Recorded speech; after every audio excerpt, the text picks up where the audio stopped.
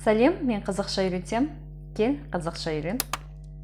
Давайте разберем словосочетание мясной отдел. Отдел чего? Отдел мяса. В казахском языке будет ненің бөлімі, еттің бөлімі. Но в наименованиях окончание родительного падежа опускается.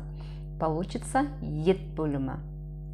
Притяжание третье лицо. Оның ет бөлімі, химия бөлімі, сусындар бөлімі, техника бөлімі и так далее.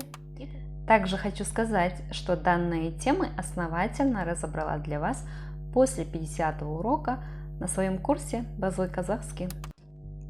А теперь давайте вспомним вот такие яркие примеры. Казахстан, республикасы. С здесь соединительный дежурный звук. Республика чего? Казахстана. Или грамматически можно еще привести вот такой перевод. Казахстанская республика. На казахском один перевод. Казахстан республикасы.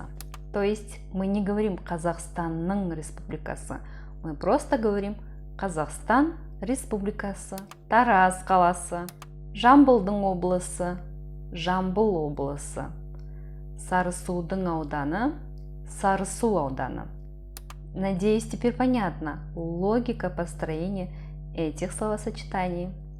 Ет бөлімі, азық-түлік бөлімі, сусындар бөлімі, сүт өнімдері бөлімі, техника бөлімі, Қазақстан Республикасы, Тараз қаласы, Жамбыл облысы, Сарысу ауданы, Саудакент ауылы. Мен қазақша сөйлеймін, кел менімен қазақша сөйле.